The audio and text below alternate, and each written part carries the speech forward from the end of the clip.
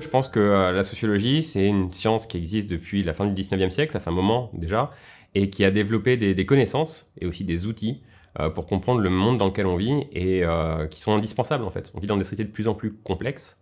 et l'école, elle est là pour leur transmettre des savoirs fondamentaux, apprendre à lire, à écrire, à compter, mais aussi à faire sa vie dans ces sociétés dans lesquelles on vit complexes. Et donc je pense que plutôt on peut transmettre comme ça ces connaissances et ces outils que propose la science sociale, qui sont des outils fondés voilà, sur une démarche scientifique, des connaissances qui sont fondées en raison, et mieux c'est. Parce que quand on voit par exemple tout ce qu'on peut entendre aujourd'hui sur les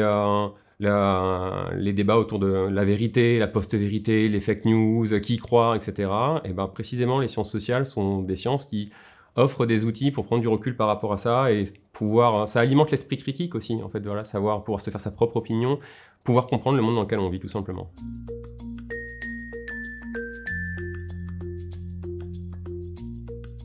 La sociologie, en fait, jusqu'à présent, elle est dans les programmes, elle est enseignée dans le cadre d'une option sciences économiques et sociales au lycée. Moi, avant de devenir chercheur au CNRS, j'ai enseigné les SES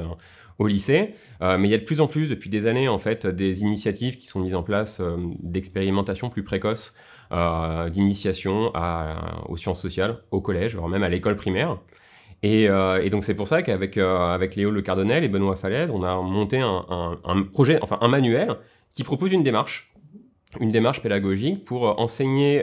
permettre à des enseignants de mettre en œuvre voilà, une initiation aux sciences sociales dès le cycle 3, donc CM1, CM2, 6e.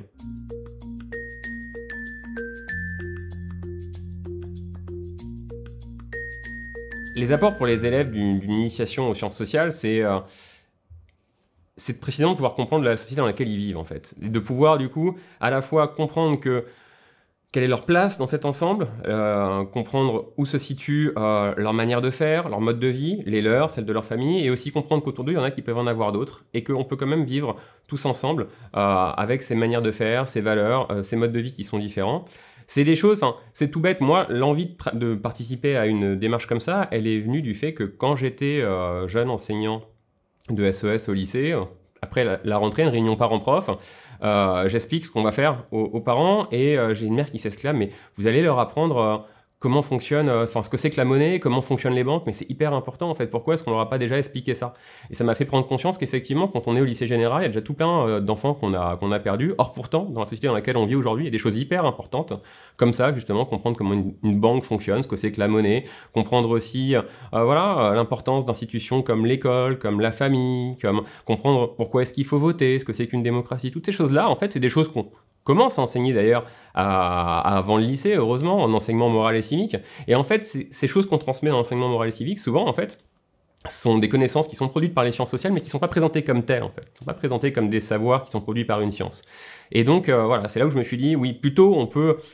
initier les enfants à ces savoirs en les présentant comme étant vraiment des savoirs qui sont scientifiques et pas simplement des choses qui tombent d'en haut et que les adultes veulent inculquer aux enfants, en leur donnant les moyens aussi, du coup, de produire par eux-mêmes ce savoir sur le monde social qui les entoure. Et il m'a semblé que voilà, le faire, plus tôt on pouvait le faire, et mieux c'était, en fait.